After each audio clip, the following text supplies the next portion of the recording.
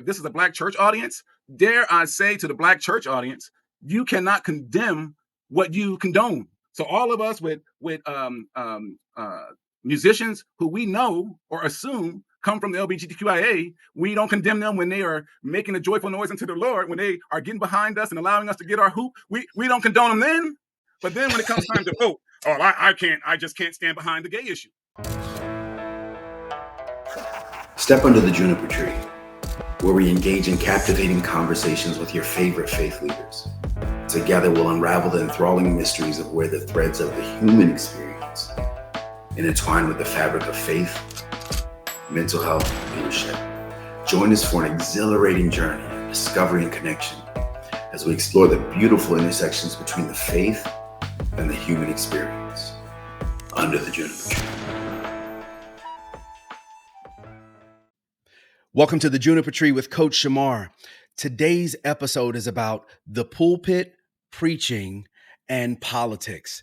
Today we have a very special guest. He is an ordained elder in the United Methodist Church, where he inspires and leads the congregation at St. James in Denver, North Carolina. In addition to his pastoral role, this brother is the president and coordinator of the Black Methodists for Church Renewal in the Western North Carolina Conference, and he sits on the district community of ministry as well. His leadership extends far beyond the church walls, having chaired the Cabarrus County Democratic Party, and he's run for the North Carolina State Senate. Yes, we have a treat for you. He's also been a voice for justice, serving on the as a board member for the Faith in Action Alabama and the Salvation Army of Cabarrus County. I want to introduce you to our brother, my friend, Pastor Marcus J.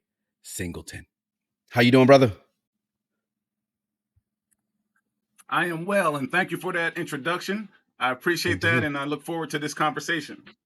Yeah, indeed. I mean, we are in an election year, which, I mean, in my opinion, is always a crazy year because, you know, people, I don't know, it's like a lot of stuff just comes to the surface. You start to see people in a different way. People start unfriending people on Facebook, Instagram. You start to see a different side of people that maybe you didn't know was there in the election year. So it's a pretty interesting environment.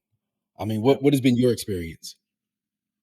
Yeah, I agree. I've seen people and I've heard people speaking about how the tenor of their relationships have changed during this course of this particularly this season. This has been, I think, more challenging than others, but still, people are struggling with how to navigate their politics and their relationships. And so I hear that on the streets, I hear it on the social media, and I even hear it in my church. So yeah, it's a difficult, challenging time. Yeah, indeed it is. Indeed it is. And, you know, that's why we're on the Juniper Tree. We've kind of taken some time out to talk to faith leaders around these subjects because I know that some of us are struggling to try to figure out how to navigate these days, whether it be Christians or faith leaders are trying to navigate these days. And I know that you have specific and interesting experience in the political plane. But before we go there, I want to know just maybe more about Pastor Marcus and how did you get into ministry? I think my mother prayed me into ministry. But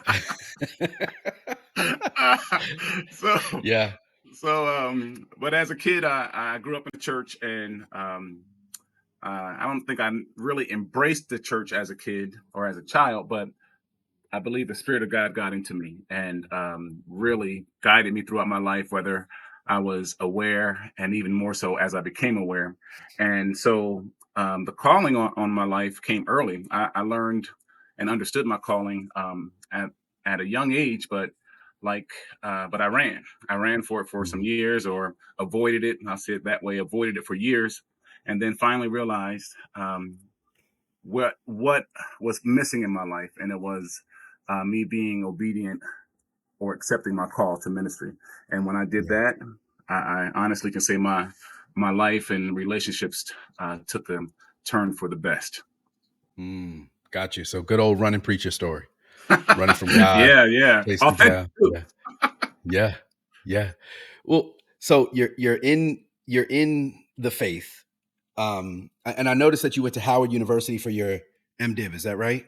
Correct. I did. Okay. So how did you get from salvation to pastoral leadership, because you have quite a bit of pastoral leadership. How long have you been in like this pastoral plane of So leadership? I accepted my call into ministry when I was in the Baptist denomination, and Mm, so I served in youth ministry in my early first 3 or 4 years of ministry, and then I gotcha. decided to go to seminary, and then that's how I got into the United Methodist Church. I, I mean, we don't have time to hear the whole story, but it was just a God thing in the sense of trying to discern where God was leading me, because I was licensed as a Baptist minister, but I was serving Mhm. now at a United Methodist church, and so Yeah. I came to a point where I was nearing graduation and I had to make a decision. So through prayer and discernment, I felt like the Lord was leading me in the direction of the United Methodist Church. So I began in pastoral ministry in 2007 upon graduating from Howard, Yeah. and so I've been Okay. serving. I've been serving ever since. Yeah. So that's a shift from Baptist to United Methodist. Yeah, little bit of a shift there Little, in yes, sir. theology. Yeah. Correct. Yeah, I'm from the non-denominational tradition of with over 20 years now. So I always say Mhm. we're Baptist with a little B, with a sprinkle of Pentecostal and a little whipped cream of Methodist. That's how Right. I look at our where we sit at in the big scheme of things. But you know, as we're talking about this, where we sit, you've had some pretty interesting uh, positions, and I don't mean like philosophically, but I mean you've held some interesting positions, physical positions, Mhm. in politics, and I think your experience is unique because most ministers, most pastors, like I mean, if you look at them as a whole, percentage wise, a very small percentage um, operate in both fields, where they're in ministry and politics as well. So, how did that happen? To respond to your last point, perhaps that's by design that ministers don't operate in the political sphere, and I'm a circle back, but perhaps that's by design in a sense. When we think about politics, politics is can be messy, right? And so when we're thinking about the ministry and our role as ministers, it would seem that those two paths would be incongruent. So, Mm, to answer your question, though, I really I've always felt a desire to be in politics. I can't explain why. The only thing that I can narrow it down to in these at this stage in my life is that I was looking to make impact, and I thought, or I felt that there was a possibility to make a greater impact through politics. So I had an opportunity to run for office. I was initially going to run for the a city council position, and then through some conversations with some friends and confidants, they suggested that this seat was open for the state senate. That mhm. that would be a greater opportunity, and it was also a need. So those two, I mean, that opportunity and the need converge. So I decided to run for the Senate because I felt like I could take my understanding of the world Mhm. and bring it to a sphere which seems like it's absent of the understanding of God as I understand God, and Yeah. how God relates to God's people. And so that didn't work out, but I learned a lot. I learned about just the need for, I mean, it boils down to like anything else: communication, relationships, and money. And so Mm, those are like three drivers in that sphere. So I learned a lot about that and the importance of our politicians. I will never take any politician for granted or the work that they do in terms of getting into office, because mm. that's a yeoman's or yo woman's job. So, or Yeah. work, I should say. Got you. So tell me about not taking them for granted. Do you feel like we take them for granted these days, or how do you look Um, at them? I don't think we know that people don't just show up one day and get elected. Yeah. They- Yeah. they are working hard in terms of working to get their message out. Um, so they're involved from the community level to the corporate level to the church or religious sphere. They're involved in every aspect of our society in terms of Mhm. trying to build relationships, raise money, share their vision and their vision for this position and for the direction they want to take the country or the city or the state or whatever local municipality. And so Mhm. it's hard work because no one trusts you, and so you got to build trust in a sense. And you're coming into, say, quote unquote, foreign places often. Uh, but particularly in my case, I was new to the area, hadn't lived here for maybe a year or year and a half, maybe before I decided to run. So I was Yeah. definitely a foreigner. So yeah, so I think the part that I emphasize about is like how difficult it is for someone to get elected in this well, I think in general. So it's Mhm. difficult and it's challenging. So I Got you. respect them And and will never take them for granted. yeah, now you've helped, from my understanding, help many people get elected. Is that accurate? Because you've taken behind the you've run, but you've Right. also taken behind the scenes positions and jobs as well. Is that Right. right? I wish that were true. Your statement. I wish that were true that I could say that I helped many get elected. Where I live, as you shared, I was the chair of the Democratic Party here in Cabarrus County, North Carolina, Mhm. and it's more of a Republican district. And so Yeah. the challenge for a person running as a Democrat is it's uphill. And so Mhm. we had some success. We did get few in, and for the for we got a few people or two people in for the school board, and then we got Mhm. one person in for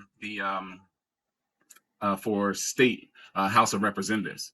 So Yeah. a few, not many, not a few, right? Yeah. Well, I've heard the word on the street is Cabarrus County, North Carolina. That area is a little hard to make things move and shake on the Democratic side. Am I That is getting that right? accurate. That is Yeah. accurate. There's good news for Democratic leaning folks, though. I think is that we're trending. We're trending. Yeah. So purplish, and I'll say in a few years, I believe that it'll be more of a even race. If not, we will have the upper hand. Yeah. Yeah. Well, Mine is I'm I'm sorry. no, Unless no, go ahead, go ahead, minus. unless the majority, which now is Republicans, unless they're Mhm. able to continue to cut up these districts. And I imagine as we Mm. get stronger as Democrats, and if they're in power, that they will cut it up. So it still may end up being more of a Republican leaning, even if the registered number of voters are in this area are Yeah. more. It still may remain the same. Got you. No, I gotta ask you this because you've said that you're a Democrat, um, Hmm. which yeah, I'm very much an independent. I think I registered as a Democrat when I first started, and that Hmm. had a lot to do with I was black and I was 18. But so I'm an Right. independent. Right. I say I'm cool with a lot of Democrats and some Republicans. Hmm. But I was watching. There's actually a pastor of World Overcomers Church in Tennessee. I think it was Pastor Alvin something. He was saying he was preaching. He was preaching. It looked like one of them was a Sunday morning, and another one looked like a Bible study. And he was talking about how can you vote against your views, voting against your views. And as I was listening to him, I didn't call the brother and ask him his political affiliation, but it Hmm. had a lean Republican. Hmm. A very Hmm. Republican lean from his conversation. And he was talking about voting against your views and the LGBTQ IA agenda, um, and saying that if you're voting Democrat, you're voting against your views, but voting Republican votes towards your views. So I'm curious for you, as a Democrat, but also as a pastor, like how do you reconcile that? For me, it's really simple. Take out the D's, take out the R's, and if we want to talk about views, my view is I lean on. if I don't want to be too funny, so No, I go for lean. it. No, Listen, this is an open conversation. You can say whatever you want. I was Yeah. just going to. I was going to get on this one. The Bible says. You know, Preach it, brother. so no, and earnest, I lean on what Jesus' message is for me, and I'm a circle to your question, but I'm gonna say you mentioned that I was a ordained elder. I said I joke now because it's a arduous process within I believe in our denomination, and I said if Mhm. I had to go through that process again, I would fail because outside of all of the great theology that we can spew or speak, my theology narrows down to one word, and that's love. And so Mm, Jesus commanded us to love God and love neighbor as ourselves, and I'm gonna include ourselves in that. So that for me, it comes down to how are we loving people, and does the politicians' views support or demonstrate a love for all people? And so neither party arrives at Jesus's mandate, right? Because no human being arrives at that ability to love perfectly. However, when we look at the um, the different parties, which party is trying to make life better for the least of these? Which party is trying to be inclusive of all people? Which party has an idea or a desire to better so circumstances for all people, life circumstances for all people? So for mm, me, I can say one issue. I can be a one issue person. I can say, well, you know, perhaps business would be more advantageous from a business perspective. The Republican Party would be more advantageous to me and my family. I could say that, yeah. but that would be one issue. But if I'm looking at the whole of life, not only for myself but for everybody, the only option at this point is the Democrats. And so Yeah. when he says that, how can you vote against your own right? He's speaking to one issue. One issue. So Mm, what about all the other issues where they fall short? What about yeah. the issue? What about, I don't know how old he was. What if he was coming upon retirement age and it was around Social Security, right? And right now, Social Security is still in play, and he wanted to draw a check at the end of his during his retirement, and he said he's going to vote because of the LGBTQIA issue.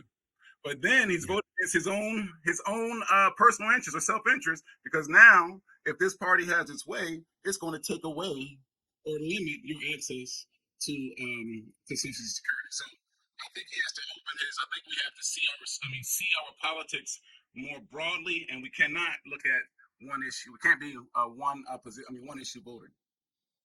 Hey, it's not every day that you get to hear content like this, but every time it comes out, you can be a part of it. If you click the subscribe button, you will be the first to know when we put out new content.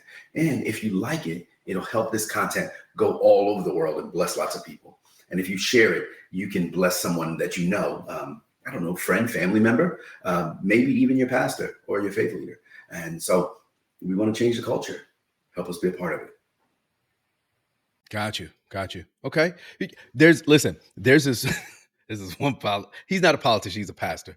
Mm-hmm. I think he's out of Tennessee as well. There must be something happening in Tennessee. I Oh, it's don't in the know. South, so it could be Tennessee, North Carolina, South Carolina, Florida, Alabama, Mississippi. So he's. Yeah. I'm sorry.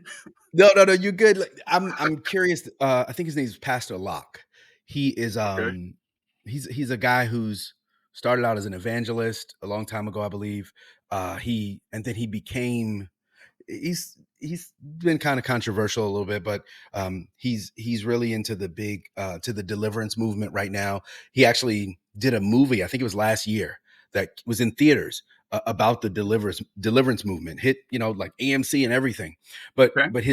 the controversy that he had stemmed from, I wish I could play it right now. I wish I could play it, but it stemmed from him saying, if you're I'm paraphrasing here, but Okay. if you're a Democrat, he's fire, he's old school evangelistic, Mm-hmm. fire and brimstone down south. If you're a Democrat, then you can't serve here. You don't get out this house if you're a Democrat. And this is him kind of sharing again on a Sunday morning Mm-hmm.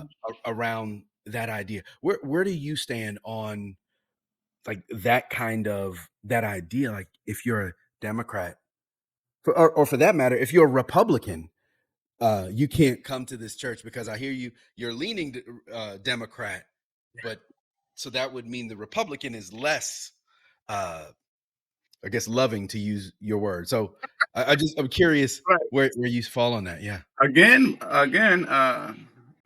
brother Shamar, I go back to that I got 4-letter words on my chest today for this season. VOTEE. I mean Yeah. VOTE. But love is the key, right? So if I'm called to love my neighbor or love God with all my heart and all my soul, and I'm called to love my neighbor as myself, then I have to recognize that whether he, she, or they are Democrat, Republican, independent, unaffiliated, whatever they may characterize themselves as from the political realm, that doesn't Mhm. change their status in God's sight. They are still Yeah. God's children. So I still got to preach the truth as I understand it, as does he has to preach the truth as he understands it. Yet, how would that be demonstrating if I'm telling you you're not welcomed in my church? How would that be demonstrating what Jesus says was the greatest commandment? And so Mm.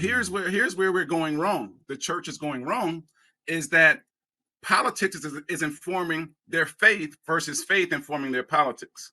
Because Mm. there's no way, if you understand the word or Jesus's message of love, would you make a statement like that? Sure, you may get hostile. I mean, you may feel, you may be angry because you take a particular position and you know that some of your members may disagree with you on that, or society as a whole. Sure, you may have the human expression of anger and disappointment, but at the end of the Yeah. day, this is about loving people as God loved them and drawing people into a relationship. And somewhere they told me that you catch more, I forgot the phrase, but it's better More to bees. work from honey than it is Yeah. from vinegar, you know? Yeah. Yeah. That's down So, south right there. hey, I'm all in. Yeah.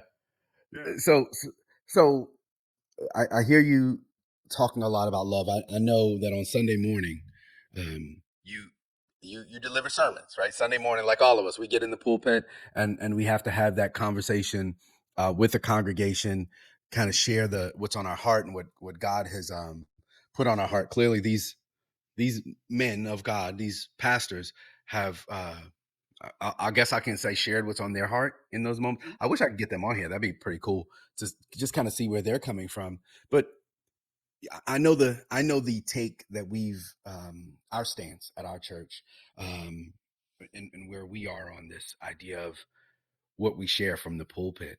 Um, Mm-hmm.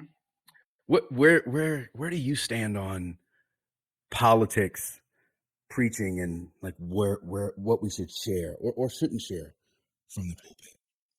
All right. So legally, they tell us that we cannot tell anyone for whom to vote. So I abide by Yeah. that. However, they didn't say I can't tell them who I'm going to vote for or where I stand on Mm, an issue. So yeah. I hope and I believe that I balance that out by telling my story, like my Mm, sharing without saying, on November 5th, you should go vote for X, Y, and Z. However, I do say something to the effect, if you're in alignment with all people, that God loves all people, then that at this moment, just as I shared earlier in this podcast, that the best opportunity for that is through the Democratic Party. And mm. so I didn't tell you who to vote for. I just told you where, if that's your self-interest, what's the best path for that. So I believe that we've gotten. Did you want to respond to that? Because I'm about to share No, no, something. go for it. Okay, No, go so for so it. I, Yeah. I believe that we've gotten it wrong. I believe that the church has gotten it wrong. So we take for granted, and maybe we've forgotten, that when we look back at the civil rights movement, it was faith leaders that fought for the rights of, in this case, it was Black people, but it was really all people. So, but in this case, it was trying to overcome or fighting to overcome Jim Crow and actually help Black people get the right to vote. And so it was faith leaders who were doing that inside the church and outside of the church. And they had a grand impact because now you and I have, at least right now, at least before that could change, Today. we have, we Yeah, have today. we have Yeah. rights that we wouldn't have had if it wasn't for the church, the mosque, the church, the mosque, and the temple. I'm missing my phrase. I mean, right phrase. But if it wasn't for those faith leaders standing up for what they believed in was the rights for people, then we wouldn't be here. And so, in fact, the SCLC, Southern Christian Leadership Conference, their motto or their mission was to redeem the soul of America. So, what were they saying? They were saying that there's something not spiritually right with this, with the state of politics in our world, and we have to do something about it. And that is the same mindset, or rather, they didn't get that. They didn't just come up with that. That's Jesus. What was Jesus's inaugural sermon, or what is noted as his inaugural sermon / address in Luke 4:18-19? He Yeah, that's says, when he went right, back home. right. He went back Yeah. home and he gets up and he says nothing about salvation as you and I understand it today. He doesn't say you need to get saved. I'm coming here so that I can save people from hell. He doesn't come here and say that I can save people from that they need to get their lives right. He says, no, the Spirit of the Lord is upon me because he has been anointed me to set people free. Free. And so his focus was spiritual, economic, and politics and political. He was trying to upend, or not rather, his mission was to upend the world as it had become. And as we say in theological circles, that was the beginning of the Great Reversal, when he began to say, this is not what God would have. This is not what he would say my Father would have, and I'm going to address it. And Yeah. in my opinion, we as in the church have abdicated that responsibility, and we have become a part of the system. We've become comfortable within the system versus recognizing that the system needs to be changed. That's an interesting take. Comfortable in the system. Oh yeah. So if I hear what you're saying, and I don't want to misquote you or kind of misdirect the conversation, so feel free to correct me if I'm wrong. You're Okay. saying that Jesus um, Jesus cosigns on or kind of says that we need to be in politics, or that political action is a way. Is that accurate, or am I getting that wrong? Political action in terms of not politics for one's looking for one's own benefit or to gain favor, but politics in a sense of righting wrongs. Politics in a sense of, so for instance, you think about the civil rights movement. Black people were denied the right to vote simply because they were Black. So, and in order to be a citizen in this country, voting was a right, but it was denied to Black people. So SCLC and others before them and after them, and still continuing to fight to gain that right back, which is supposed to be a benefit of this system. So Yeah. that's not going to win me any favor. That's not going to get me any points per se. So I'm not doing that, or they weren't doing that in order for their benefit, but they were doing it because it was the right thing to do and to fully participate in this system that we live in. Yeah. Yeah. Well, okay. Politics to right wrongs. Let's kind of go there, Okay. because there's this philosophy or group of people, maybe is a better way to say it, of Christian nationalists. So how does that line up with what you're saying, or not? It How, doesn't. It doesn't line up because what they call it, those two words are oxymoronic in a real sense. If we understand Christianity as striving to love God and love God with all our heart, all our mind, and our soul, and love our neighbor as ourselves, if we understand Christianity as that, then those two are oxymoronic because Jesus was never in bed with, if you will, the empire or the power structure. Jesus was always pushing against the power structure, which caused him problems. So now you have Christian nationalism, which says that there is one way and it's for a certain group of people. So it's not a one that is honoring, loving God with all your heart, all your mind, and your soul, and your neighbor as yourself, because it has decided that there's only one group of neighbors that look like them. And Christian Mm, nationalism is associated with white people, right?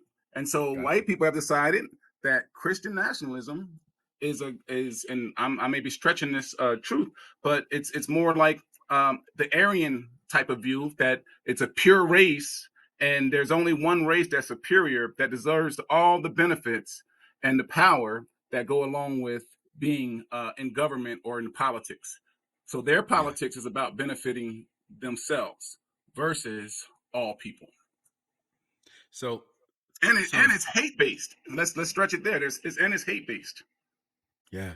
Well, if politics, if I forgot my question now, if it's about helping, politics is about helping one group, um, then why?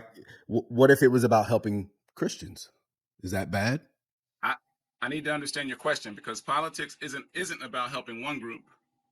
I mean, politics Yeah. in its simplest form is the means of allocating resources, right? And Hmm. so whoever's in power is going to determine who gets those resources. So the Christian nationalists will tell you that there's one group of people that get these benefits, and MAGA would tell you that there's a certain group that gets these benefits, and then the Republicans would tell you there's a group of people, and some of those are interchangeable. I'm not going to call all Republicans MAGA or Christian nationalists. I want to be fair to them, but Yeah. they're all trying to. I mean, politics is all about who's gonna allocate the resources. That's why Mhm. gerrymandering is so important, because who gets in the position, who gains the political position, is going to make decisions on where does the money go, right? And so, from my vantage point, or as I understand my faith, politics is to be used to ensure that all people have access to the best uh, possible life, right? And in my worldview, I don't come from a scarcity. There's abundance. The problem is Mm. that the people in power, and people with power are clinging to that, and they will kill for that, they politically speaking and literally speaking, to Yeah. maintain that. And so they're holding on, while other people are they're holding on to the resources and allocating them in the way that they think is best, and people are suffering as a result, not because there's lack or there's scarcity. Yeah. Yeah. Um, I remember when I was in seminary, there was kind of this thread of thinking, right? This way of thinking around dominion, right? Christians are to, going back to Genesis, right? Have dominion over Mm-hmm. the earth. And it Mm-hmm. was kind of uh, to get to have dominion over the earth, we go into positions of power, whether it be law, whether it be Mm-hmm. politics, whether Mm-hmm. it be business, right? And being able to kind of live and work in those places, essentially gaining the resources in those places, because you now have Christians in power, and then you can um, move the agenda of dominion, of having dominion on the earth. How does what you're talking, your view, align or not align with that? Now, if I understand where you're going, there's a movement now. I forget the full phrase of it, but it's around the dominion understanding, and it's just that. I'm gonna Hmm. use a subversive word, because I think that's what it is on some level. See, I don't forgot the word now, but anyway, the where do I stand on that? I believe that, before I answer that question, let me say this: Christianity, at this point in my journey, I have to ask a person, what type of Christian are you, before I can Mm. align with assuming that we are speaking the same language. What are So, the options? I feel like I need a checklist now. What are the options of types of Christians? well, and often often that can be, you can learn that from where a person stands on the societal issues. Yeah. Because let's just and let's not forget your question, but um but but here's an example. My kids went to a Christian school, Hmm. yet when they came home, I often would say, that's not how we or I understand the scripture. That's not how I understand how God operates in the world or operates in our lives. So I'm sending you to the school because it gives you an opportunity, but yet I need you to be open. And I'm telling this to some young kids. So like, they're not getting it perhaps, but I'm making the point that all Christianity isn't the same. So we've been in spaces within our Christian spaces where people were racist, just by their comments. It was clear that they were operating from a racist perspective, or misogynistic, or homophobic, or all of that. And for me, that's not my, if I can use a worldly term, that's not my brand of Christianity, right? Yeah. So Yeah. so I can't rock with that brand of Christianity because you're not, you don't have this love thing in your heart and in your mind, this journey, because it's to love, we love, it seems, well, Jesus just says to love, and it sounds flowery and all of that. But if you ever tried to love somebody, whether it was your wife or someone or your husband or whomever, it takes work. It's a challenging, it develops you, it stretches you, you hurt sometimes because of what the experience of striving to love someone. So to love, Jesus didn't give us an easy task. Say that. So Chris, your question is around the Christian ideal of dominion and trying to, and the word I was looking for was infiltrate certain systems or certain sectors to, and what you just said, and if that's the way it's understood, then it's very faulty, because you said dominion seeks to get into these particular sectors to strive to gain the resources. And if that's the goal, I don't think that that's that's not the end game. I don't see that as the end game, because yes, how are you gaining the resources? Are you doing it at the expense of someone in order to benefit? Are you robbing Peter so that all the Christians can win, if you will? So Yeah. so that becomes problematic, because where is the love ethic in that?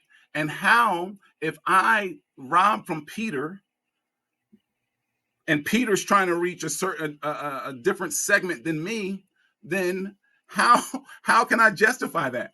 Like if I'm doing good work, right? Let's just say I come upon Coach Shamar, and I say, dang, Shamar is doing great work over there, and he's impacting this community really great. I'm gonna go over there and start siphoning some of his resources, and then I'm gonna go and I'm going to take them over to this community, right? And that community is not who you set out to reach, right? So not only did I rob you, which is stealing, but then I also stole to create I stole from you, and what you were setting out to do is now compromised. So and you're doing good work, right? Yeah. So how is that? How does that glorify God? I would imagine those in power would say it glorifies God because we're now moving his agenda through the earth, because we have we can vote this in, or we can vote that in. Back to the LGBTQI issue, we can vote that down, or we can take abortion and not legalize it, right? Being able to make those decisions that affect all people, but align with a Christian worldview. So and that sounds good. I love when we say that, when we say the Christian worldview, and then again I have to ask the question, what Christian worldview? Because there's not a Christian worldview, and if we really want to be honest with ourselves, we would have to say we would have to admit that what we've created is nothing near what Jesus had in mind. Nothing in what Jesus had in mind. Jesus didn't say go and create denomination after denomination, and you believe this, you believe that. Jesus was trying to draw the people to an understanding that, again, was inclusive. I didn't come to take away the law. I come to fulfill the law. I came to broaden the law. I came to make things whole. I came to great reversal, turn things around because you've taken it the wrong way, right? Or you misconstrued what I've been up to. And so I don't understand how we as Christians can can be so dogmatic in a faith that is grounded in free will? Mm, How yeah. can I be so dogmatic about a position that says that you're wrong and I'm right when God has clearly given us free will and wants us to arrive at a conclusion that is best for myself? And if I needed peace, which I don't need peace, but you just raised the LGBTQI issue, and then you said something else. What was the other issue? Abortion was the Okay, other. right. Those two issues. It's the hot So, topic of right right, now, right? right. Yeah. Yeah. So now I get why people are can be upset. I understand why this. I'm gonna use the word disturbing to people because, and speaking about just for a minute about LGBTQIA, because it goes against what you understand and what you've been taught. I get that. I get that. I'm along in my journey, and somebody will say, "Well, he's being very what's the word that they would say? Very liberal. He's being very liberal, right? That's what people say. You're very liberal. In your class. Look at that shirt. It's very liberal, right? And so I would take that. But in my journey, for as far as I understand, I mean, as what I am in my journey, I'm not going to put on God what I can't explain. So you can't tell me when it comes to LGBTQIA issues that this little boy or girl, from the time they were born or the time they understood that they were a being, let's say it that way, they identified differently than what their gender suggests or their gender states. Mhm. But all the while, the little girl, and I'm just going to speak in generalizations. The little girl loved to play with GI Joes. The little girl loved to run around and hang out with Johnny and do the ride on the bikes and run in the creek and all of those things that are associated with masculinity. And then Mhm. as she got to begin to wanting to express her sexuality, she understood herself as a boy, right? And that wasn't because somebody, what's the word they like to use these days? Um, Groomed her. That was in her, right? And so, and the same way for the boy.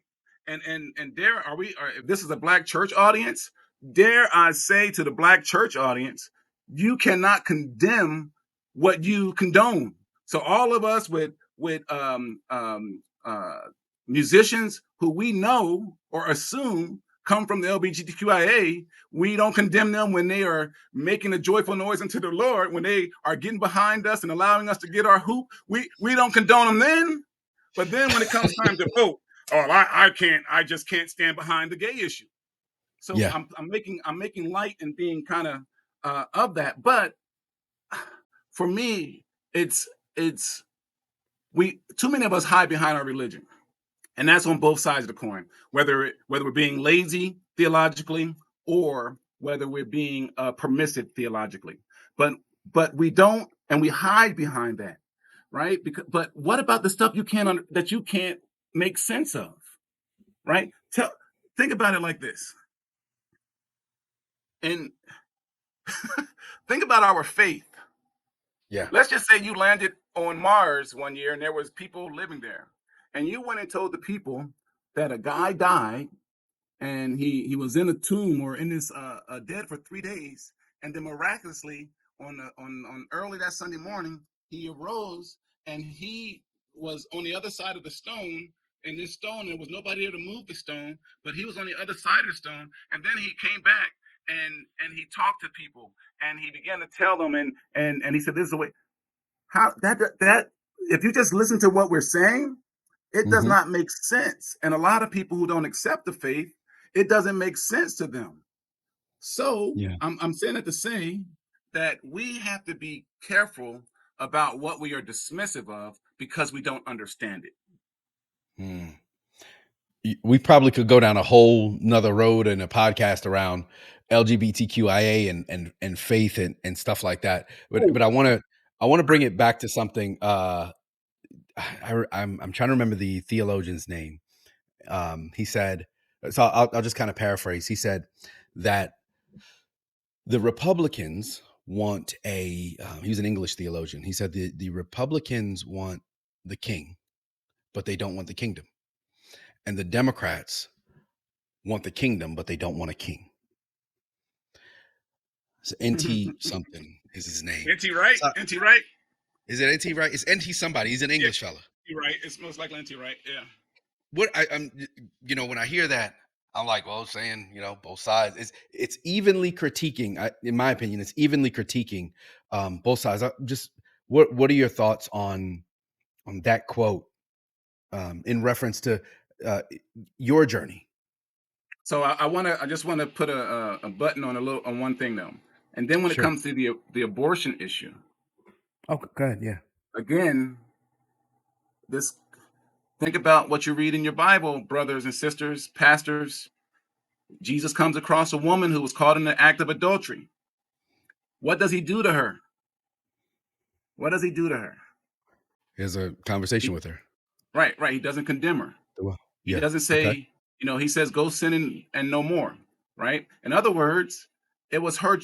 He not honored. That's the wrong word. But he recognized she made a choice, and it was hers to live with, and he encouraged her not to do it anymore. So when it comes to the abortion issue, we can't be hypocritical, because I imagine that there are some pastors, preachers, people who have been involved in a situation, and they either help someone get an abortion because of their self-interest, to say it delicately, right? Yeah. Or they know someone who had to get an abortion and they helped them through that, right? And so abortion, to me, again, comes down to free will and a person's right to make a decision over her body. And so I think we got to wrestle with that, and I think that falls in line with your question around NT Wright. I think that's apropos, because again, as we started out the conversation, the Democrats don't got it all right, and the Republicans don't have it all right, and Yeah. it comes down to, in terms of the issues, what to you is best representative of Jesus's mission. That's what my vote comes down to. Like, how am I going to best? So for instance, I got on here, so this vote is around us. A B is for education. That fist, that's around Black people. Mm-hmm. The vagina is around women's rights, and the E is around LGBTQIA people, right? And so even this right here does not include all people, right? So it's falling Yeah. short even with this demonstration, or this demonstration here of vote. We have to get the challenge and the struggle for us as people of faith is to be to real. I think it was and I think he said this. I think I got that from Tony Evans. Tony Evans, spoke about that we can't allow our faith to inform our politics. We can't allow our politics to inform our faith. Our faith must inform our politics. And then the question comes for us, as we're forming our politics through our faith lens, is, are we really coming from that space of what, go back in the day, what would Jesus do? Are we really coming from that space? Or WWJD. that's right. Or has our politics become our faith? And then we're clouded. And so we think that we're operating from a place of faith, but we really are more enamored or committed to a political stance than we are to what Jesus does. So NT Wright I think that's apropos, because again, it states, it really clearly, I would have to think about it a little bit more to take a deeper position on it. But it really shows that how we both get it wrong. And I don't think that Yeah. we allow space for that. Like, right? So I could be involved in a huge argument with someone, and at some point, if I hear they're right, I got to acknowledge that. But you will never, let me rephrase, seldom hear that when it comes to our politics, when it comes to our political discourse. That's why, going back to our early conversation, there's families that we don't hang out with Unc no more. Yeah. We can't go to Thanksgiving dinner now because, well, how did you vote? Well, you know how I voted, right? And so all this conflict, because we can't we've gotten so passionate, and for me, I think, how about we get that passionate on November 6th about the work of Jesus Christ, in which we're trying to better the world for all people, in which we're trying to ensure that all people have access to to wellness. I'm gonna say it that way, wellness, because again, politics is all about resources. So, for instance, uh, you got me on my. This is my area, bro. So you're gonna have to stop me because I'll keep going. No, go for it. Go for it. Share, So, please. Yeah. so, and I get it, right? But it seems to me when let's just try to, and you may have some views that differ from mine.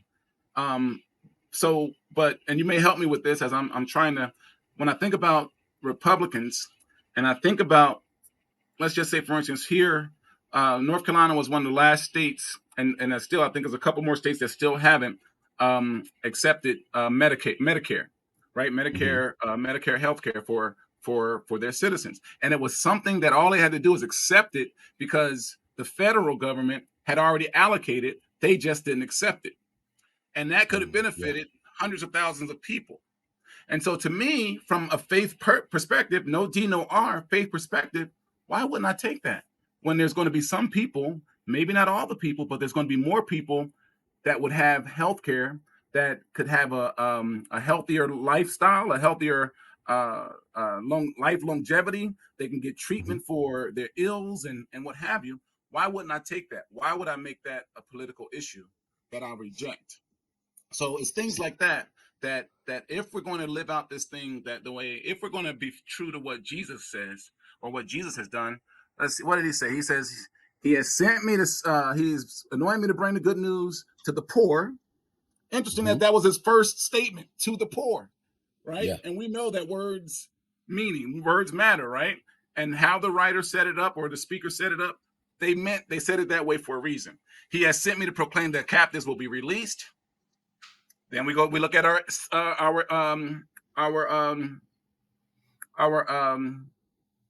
what's the system I'm trying to think of? We look at our prison, our system? Criminal justice system. We look at our criminal justice system there, and I want to believe that's not just based on.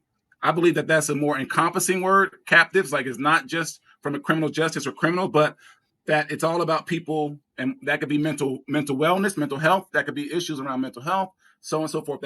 And that the blind will see, that the oppressed will be set free, and that time of the Lord's favor has come. And so that jubilee, that freedom from economic bondage, from loans and what have you. And then we have a party that they don't read this. And I don't know again where you are on this, but if this is Jesus's first statement, his first, and we call it his first inaugural address, his inaugural sermon. When you come out, you're coming out hot. When you step on the scene, if you will, you preaching want good to know exactly who you are and what you stand for, right? Yeah. And so he came out and he let us know. But I think the church, we've got a lot of work to do, because it's centuries of misinformation. You know, Carter G. Wilson talks about the miseducation of the Negro. I want to say the miseducation of what it means to be a Christian fits in that realm as well, because we've gotten it wrong. And I'm not saying that salvation or focusing on saving souls is a bad thing, but I will say that it's part of the thing. It's not the thing. It's part of. And if you're what good does it save a soul, right? I forgot who said it, and I won't try to restate it, but here's what MLK said. He says, it's good that we can make it to heaven, or that we're helping people get to heaven.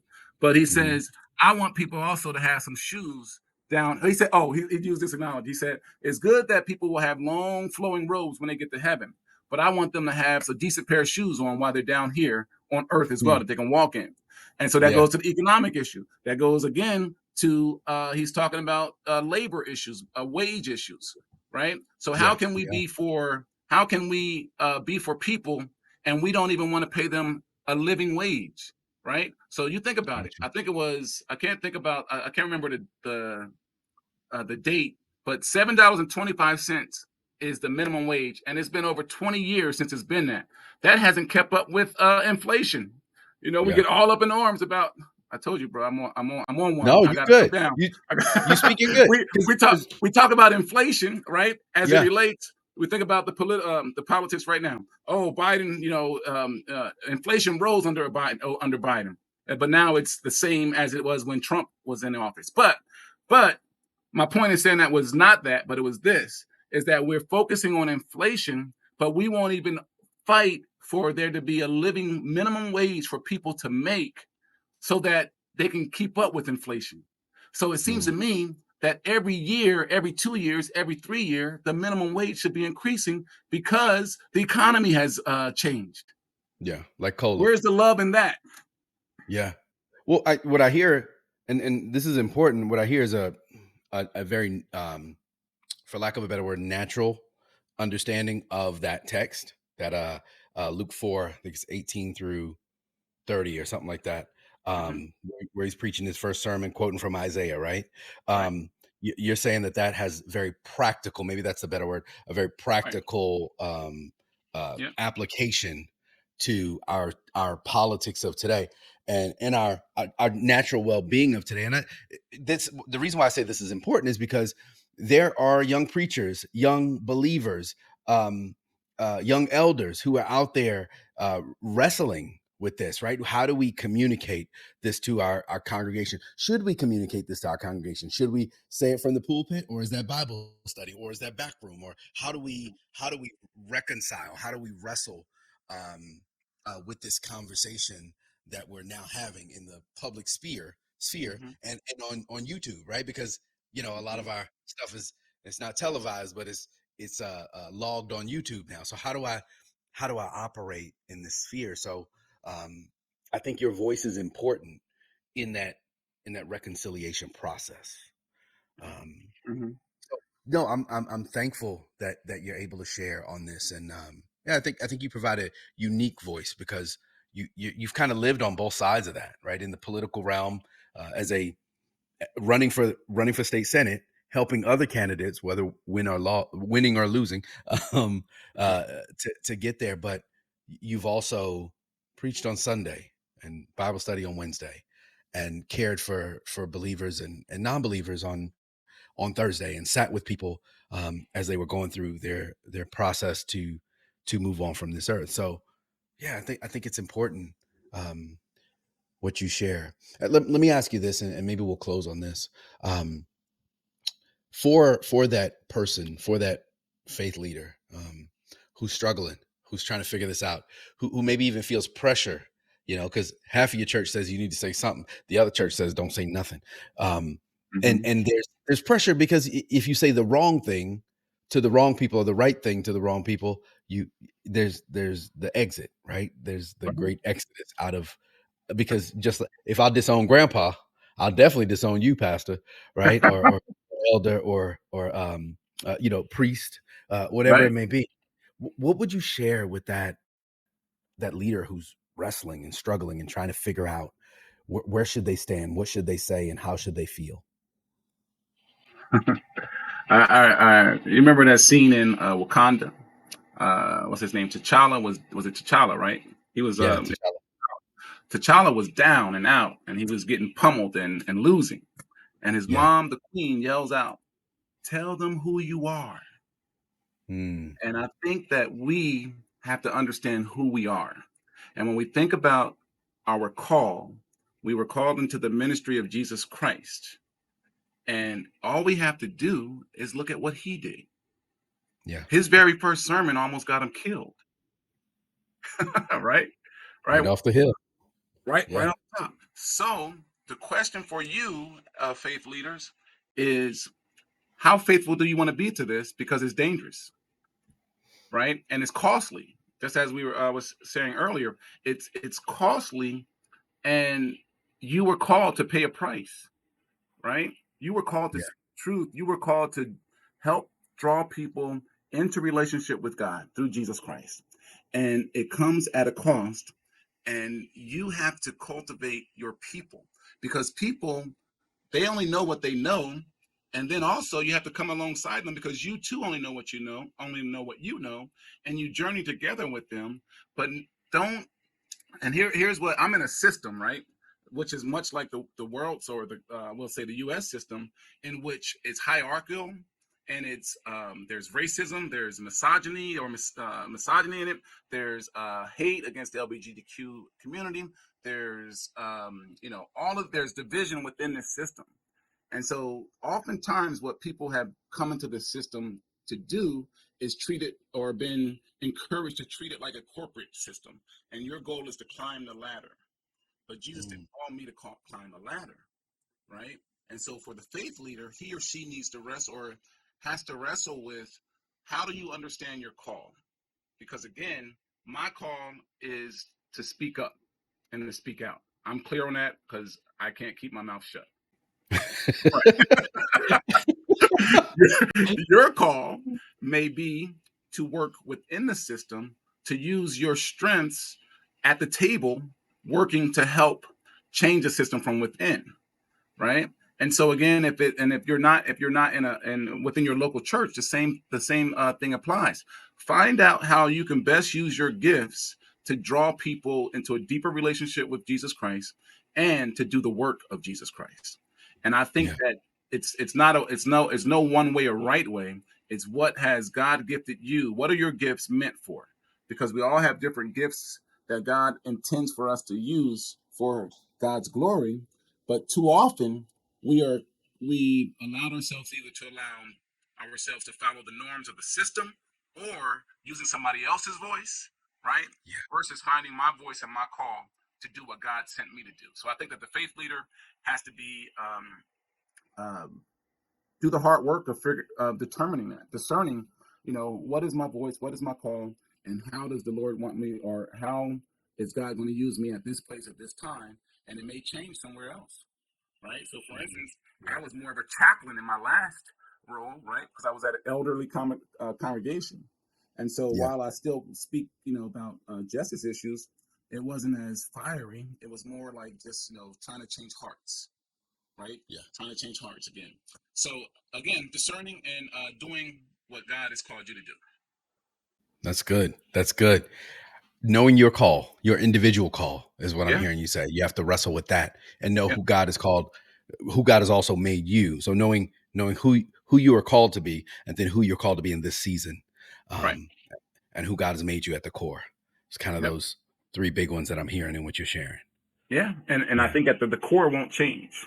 I don't think the core will change. It'll just be how, what the circumstances call for. Can I close on this? I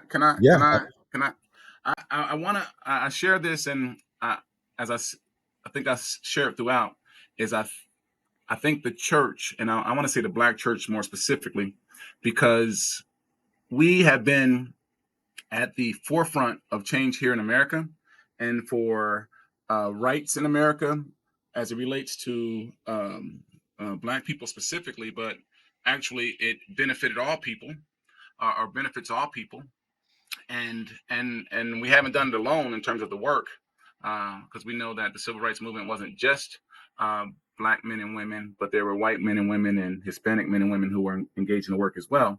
But I want to say that the Black church has to re-embrace her unique call. Since we're talking about call, her unique call was a pillar in a society, a pillar in the community, who had the community's concern at heart, and also the people's concern at heart, and did the work as a political work as it relates, to being at the knowing what issues are impacting their community. So, we got shootings in our community. So the churches has to be involved in what's happening in their community. We got domestic violence in our community. So the church needs to know what's going on in the community and getting involved in that. And so what kind of, there's a scripture in Isaiah where it says that Jesus looked around and saw that there was no one to intervene to help the oppressed. And then it says, so God himself comes down with his strong arm, and God's justice sustained him. So to me, as I understand that and I hear that, is that God is doing a work, or in this particular text, that God expected God's people to do. And I think that remains true today. There's still an expectation for us as the body, and I'm expanded now to all Christians, to be about the work of justice.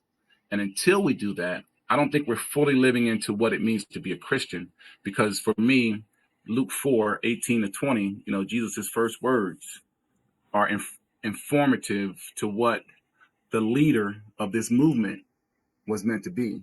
And I think Yeah. that's the problem, that we have ceased to be a movement. And I'll end with that. Well, the teacher in me has to ask this follow-up question. Okay. How do we do that? How do we get back to that? If you're saying this is the thing we've moved away from, as Jesus intended, how do we get back to that? Well, you said the word, teach, because I've gotten the most trouble I've gotten into in my churches, the churches that I serve, is that I brought this type of message, Luke 4 type message, and the people are just cool with coming to church on Sunday morning, right? Yeah. That's, Yeah. check, I did that. And maybe Bible study, maybe Bible study.